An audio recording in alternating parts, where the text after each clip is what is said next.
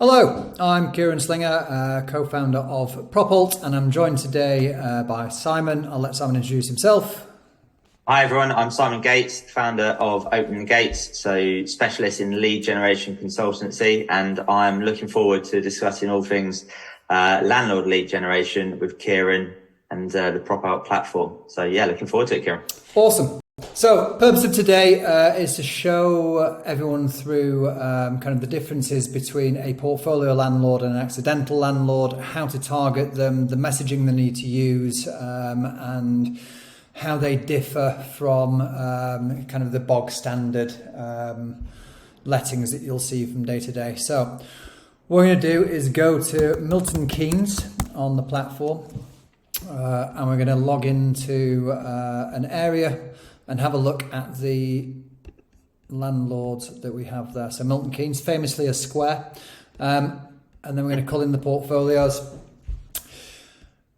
And then to give you some of the differences to start off with. There's a few measures that we do here at Propult in terms of the portfolios and the worth to you as an estate and letting agent, but also the why you have to talk to them differently than just your average day-to-day landlord. So to give you some of the stats, about 90% of the property in the UK at the moment rented is by accidental landlords. So they'll own one or two properties.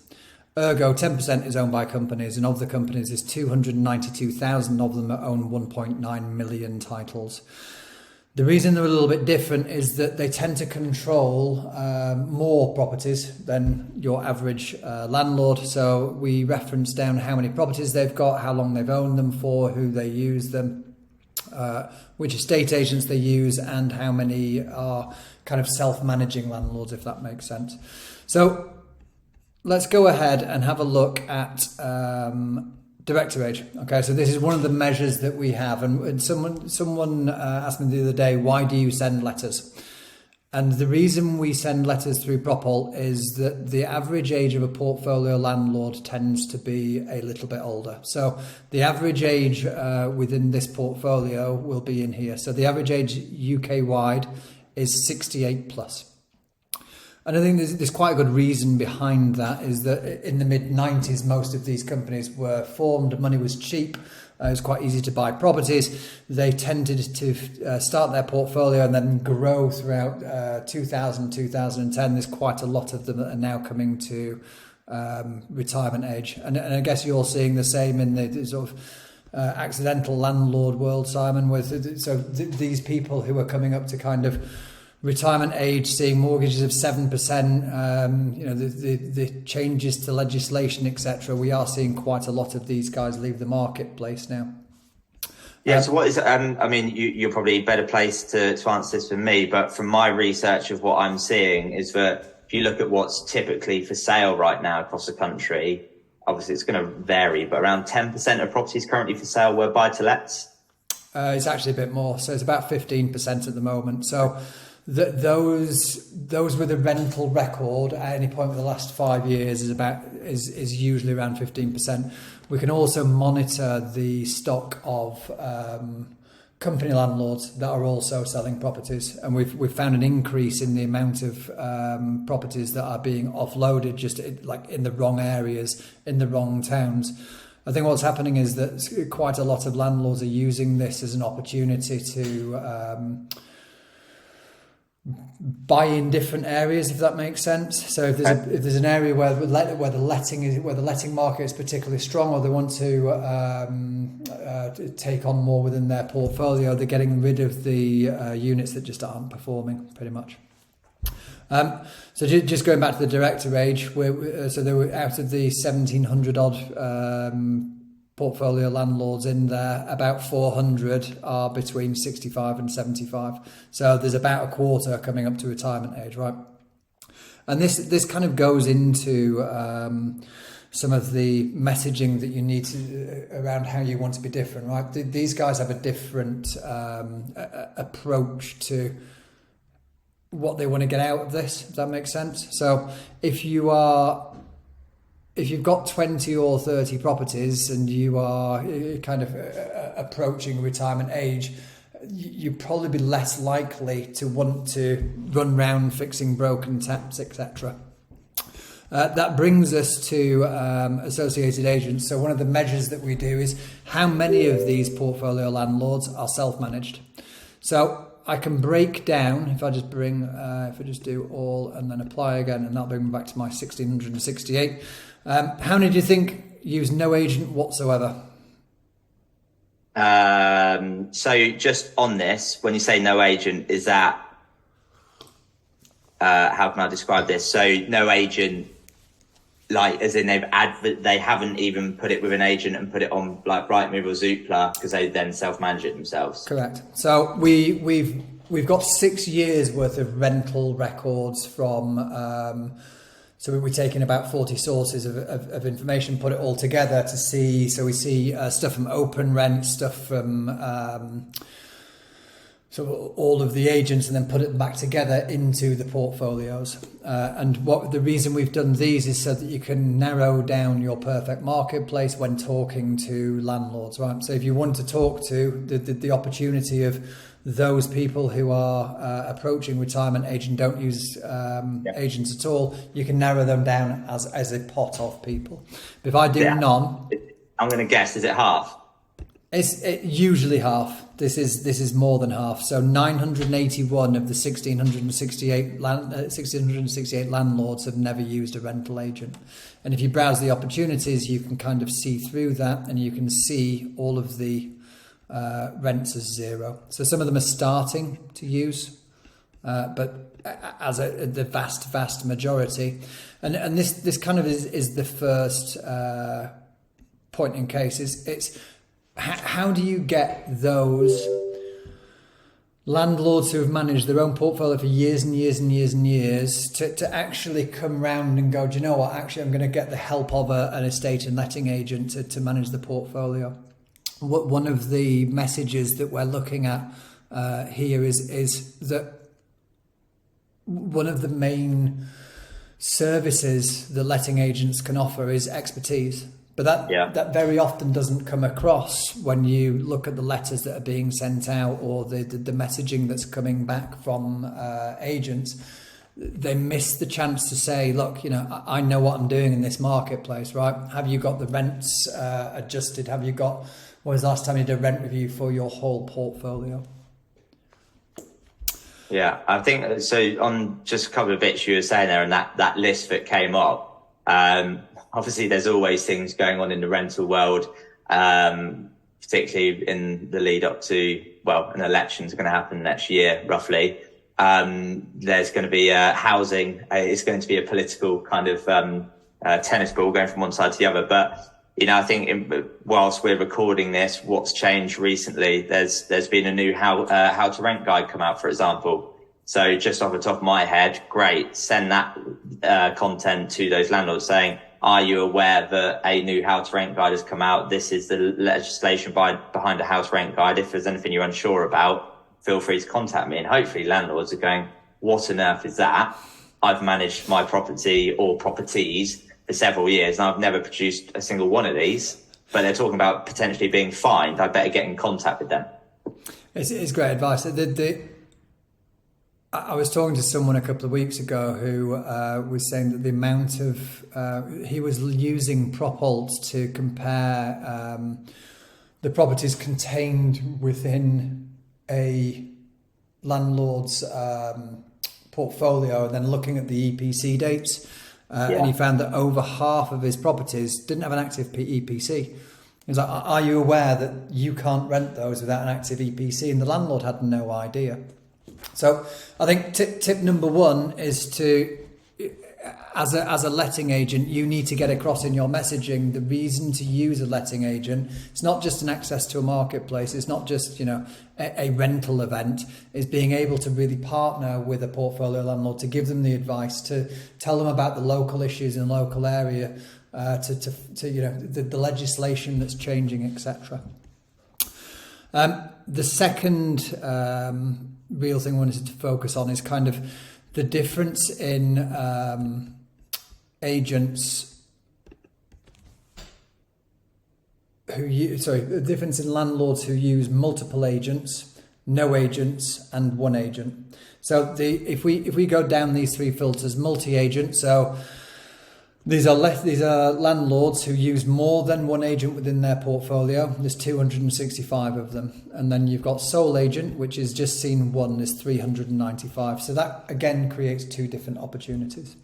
Kieran, just on that then, so the 265 was out of how many? What was the total number? 1,668, so around about an eighth, seventh to an eighth, something like that. What's that, 12, 15%? Something like that. And I would say to any agents watching this as well, if that is the case, well, it clearly is the case, do a bit of research inside your own database. So just for ease of maths for me, Kieran, let's say I'm a letting agent and I have 100 managed units. Well, based on this, and I'm in the Milton Keynes area, 12, 15 of those landlords potentially using multiple agents. And am I none the wiser to that? Because I haven't actually asked them the question, Kieran, I'm managing one property for you. Is it part of a larger portfolio? Well, it is, Simon. I own 3. Okay, are they local to me? Yes. Why am I not managing the other 2? Oh, well, I've got it with Bob down the road and John over there. Is there anything I can do to tempt you away from them and do that with us? So there's going to be lots of opportunities right underneath your nose, as well as using a platform like PropOut as well. Handily, we've digitalised that journey for you as estate agents. So you can see here, if I wanted to have a look at my own brand, I could use the tab for letting. And if I imagined I'm countrywide, for example, I could go into these 265 and say, show me where I'm involved. It's a 0 for countrywide, but there you go. You get the idea. So that would give you back each of the portfolios where you had at least one letting event. If you wanted to go into the portfolios, you can start to have a look and a dig in to see what's happening, where they are and what they're doing. And the most interesting thing is if you look down the link to agents column, some of these guys have got, in fact, let's get rid of the really big guys. So let's take out anyone with size. Let's really look at maybe 90. And that'll give that's more of an estate agent audience, right? So they don't, those guys who have hundreds and hundreds of properties probably aren't representative. But as you can see now, you've got 2s, 4s, 5s, and within these, I can go into any of the portfolios and start to dig around and actually get a good understanding of them and what they do. So.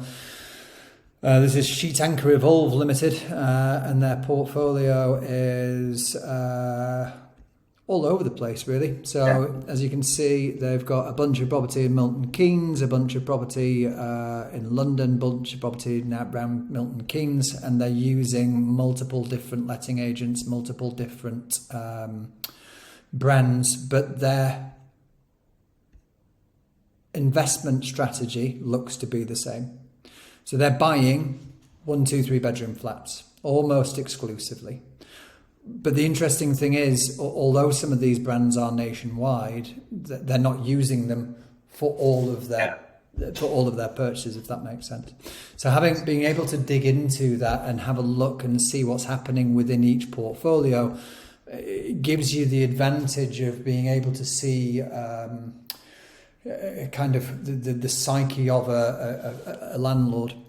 We interviewed about 250 to ask them, why do you use the agents that you use? And more or less all of the responses we could categorise into kind of pots of stuff, and we boiled them down to 3 main pots.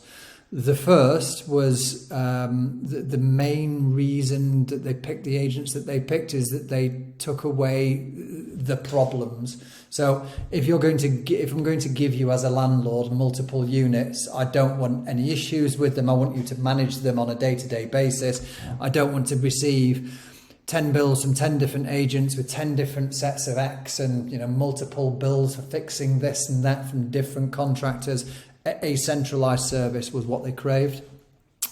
The second was the ability to really give some Local knowledge, so what the rent should be, offering that service of a rent review of the local properties. So the guy that I picked on, he had properties from Plymouth to Milton Keynes. He's not going to be able to know the marketplaces and the individual marketplaces of each and every single one of his flats. He's going to rely on those agents to say, actually, you could probably generate another 10% now, or these rents should go up because the city's proving popular. What'll probably happen is they'll literally just be let back out at the value that it was last year, maybe plus an increase if you're lucky. The third and probably the most underused aspect was, if you see again with that portfolio, and it's the same with many of the other portfolios. I can show you of the 265. So if I'm looking at Milton Keynes multi-agent, if I look outside the area, so this will give me a view of all of the landlords who don't live in Milton Keynes. There's 130 of them. So only 46 of the landlords who have multiple units inside Milton Keynes, who use multiple agents, actually live there. Their lifeblood and how they operate is around about being able to buy other properties at the correct price and then tenant them out. If they're not in Milton Keynes, the only other access they have to market is registering with 20 or 30 estate agents and hoping they get a call from them if they get that particular property. One of the stronger messages that we can help deliver to the landlords is that if you are a selling and letting agent, you're able to offer both in this marketplace, right? I think on what you're saying there as well, and obviously you mentioned a few minutes ago about the legislation side of things, which is not the sexiest of topics for landlords, but you've kind of touched on it already. If you could say to a landlord, look, I appreciate that you own a few properties in Milton Keynes, you're not in the area yourself, how open-minded would you be to having access to off-market opportunities? I can present you with the best off-market opportunities because, again, perhaps those 10 or 15% of properties that are exiting the market, maybe a landlord wants to pick that up, landlord sells it, landlord buys it. And again, you will know the stats better than me, but is it like so far this year, it's approaching, it's not far off 10% of property purchases have actually been with a buy-to-let mortgage, let alone the investors who might use cash. So there's the accidental landlords who perhaps are exiting the market because of, we said earlier, legislation, increase in mortgage, tax implications. But the ones who've got a portfolio and are registered as a company, they seem to want to enter back into the market and clean up a little bit. Is that fair to say, Kieran? Absolutely true. So the reason that we're focused so heavily on portfolio landlords is that the accidental landlords are leaving the market. Portfolio landlords are actually adding to their stock. So one of the measures that we can have a look at is within landlord activity, who is buying. So we can see who's selling, renting, letting, or recently purchased. The amount of activity going into the portfolios is increasing as the lettings that used to have a letting occurrence on come up for sale. They're being bought by portfolio landlords. That could be an extra arm to a business, couldn't it, and a service that's provided by an agent. As we both know, sales transactions are going to be less in 2023 than they've been in 22 and 21. So lettings is going to be so important. Well, if you've got investors that you know or that you can get hold of through a platform like this, and then you say to them, let us go and find you the best opportunities, charge them a buying agent fee, and then you're charging them to rent it out as well. There's so many different ways to earn revenue. I think you sent out an email previously where it's like the great news with portfolio landlords is they buy, they sell, they rent. You've got multiple revenue streams from them. I think if you look at the total market opportunity, right? So, and we go through this quite a lot. So the column and portfolio is quite important, right? What we're effectively saying is that there's a bunch of options out there if you want to get in touch with people who are selling houses, because people live there. So if you're selling your house, there's a good chance that you live there. If you rent your house, there's a 0% chance you live there. Because it's a rental property, the name is included in the title. In terms of the landlords, being able to talk to them at their own address is important. But if you look at the total addressable market, some of these guys have got 30 or 40 units, right? So they're based outside of your area. If you go back to what we've just said, they're based outside of your area. They're looking for property to buy in your area, and they also rent using estate agents. That's what we know about them. You are far more likely to receive a fee off them than you are off Mrs. Miggins, who's selling one house and will do so once every 14 years. But the amount of time, money and effort invested into finding Mrs. Miggins is completely disproportionate to finding sales and lettings.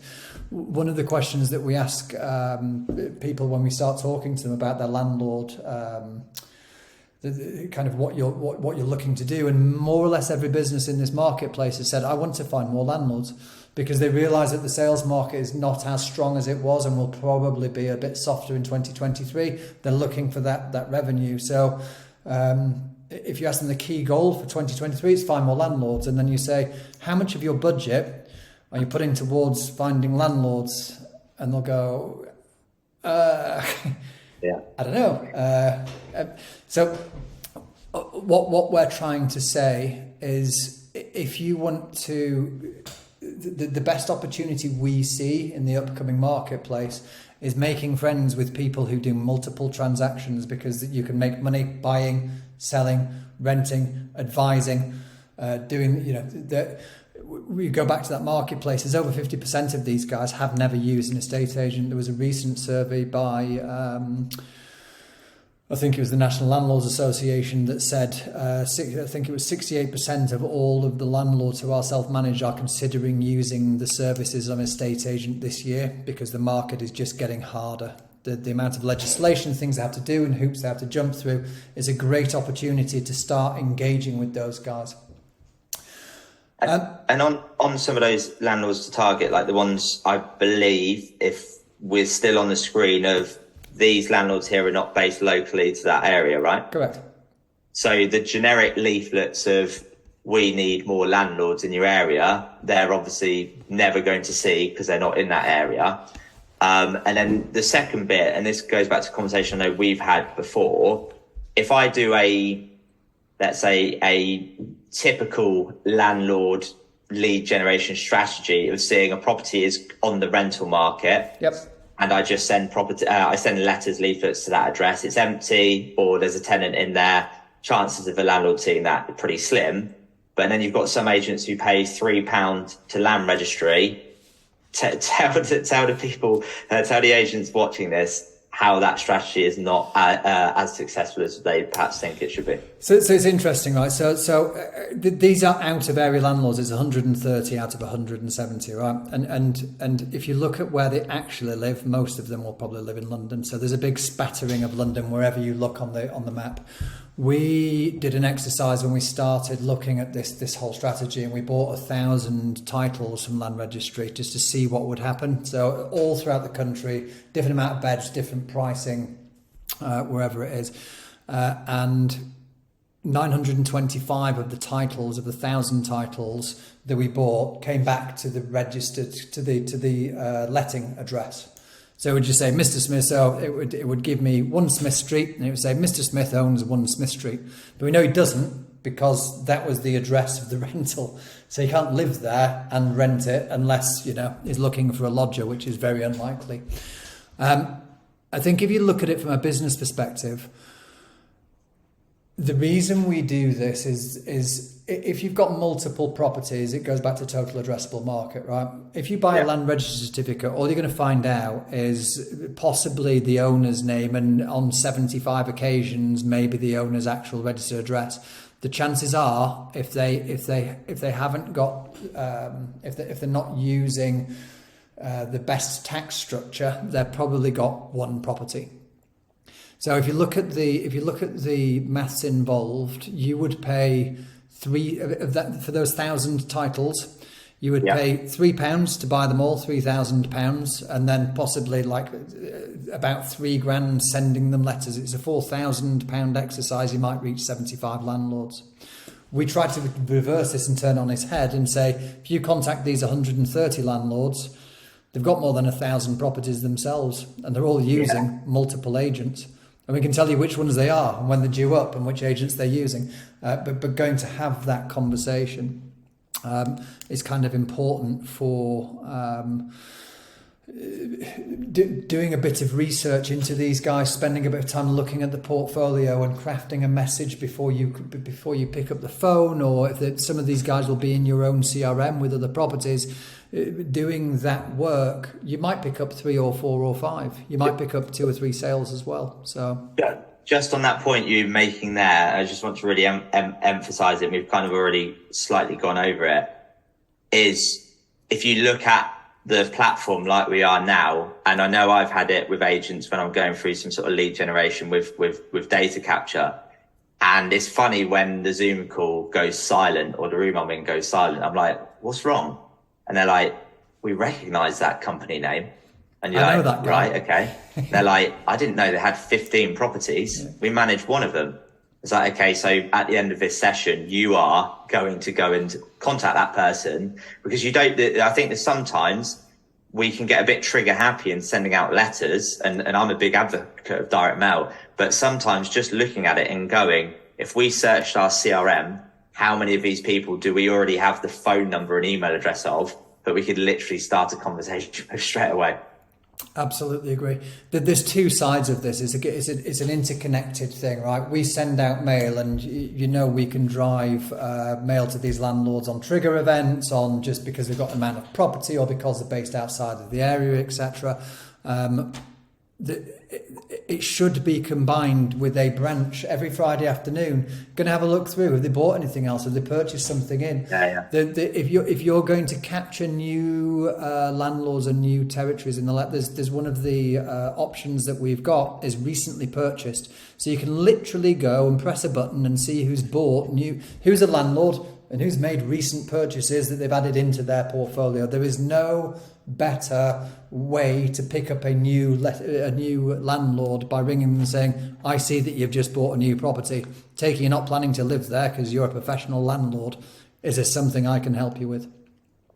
So I guess, and there's also the LinkedIn option. I had a call with an agent that you recommended to us, Simon, who spent a morning on here. And what he did was he went through and he put in for rent right now. And I think he set his to 2+, pressed apply, went into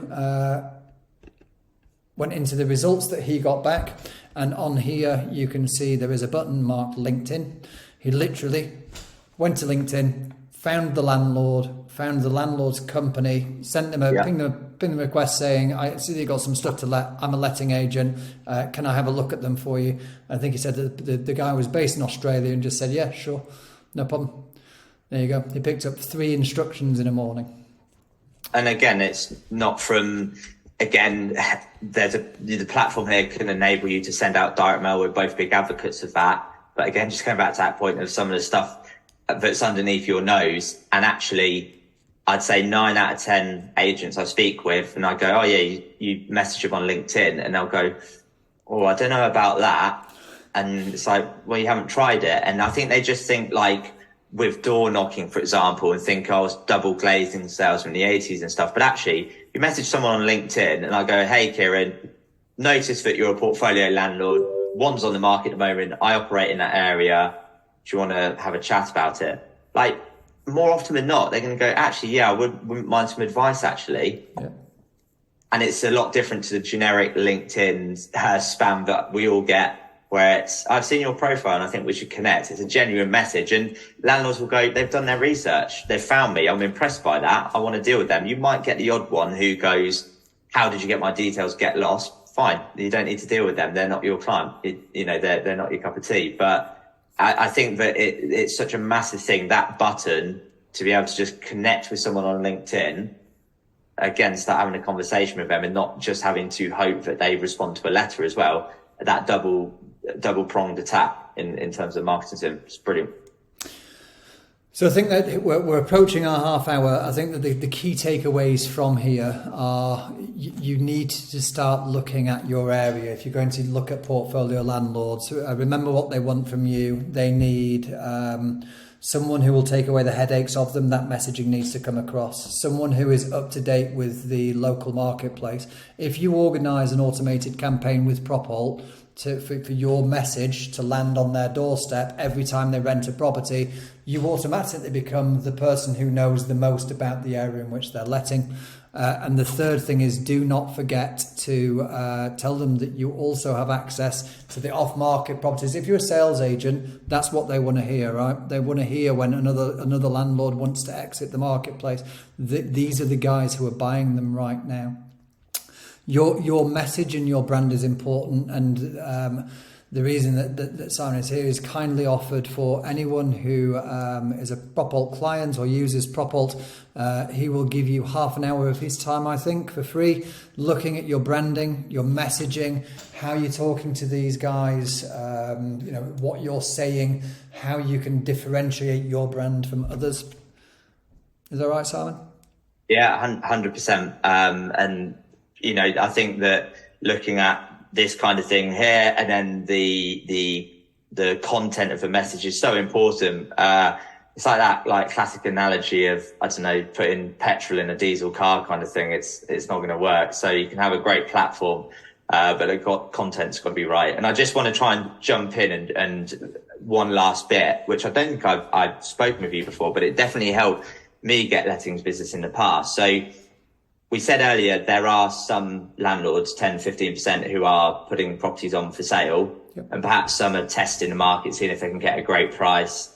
Maybe they do, they sell it great, and maybe others do go back to letting it. So can you, for example, look at properties which are on the sales market that are landlord owned, and that could be a target to say, let's see if we can introduce any of our investors to it, or if you end up not selling, maybe we can rent it back out for you. Is that an option? It's a great question. So in here, if I go for the sales market within Milton Keynes, I'm able to see all of so there's 1,249 properties for sale. We can match back those that have had a rental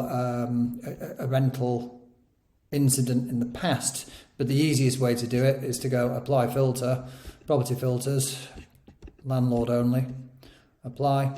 And of the 1,249, there's 36 that are owned by landlords that are exiting the market right now.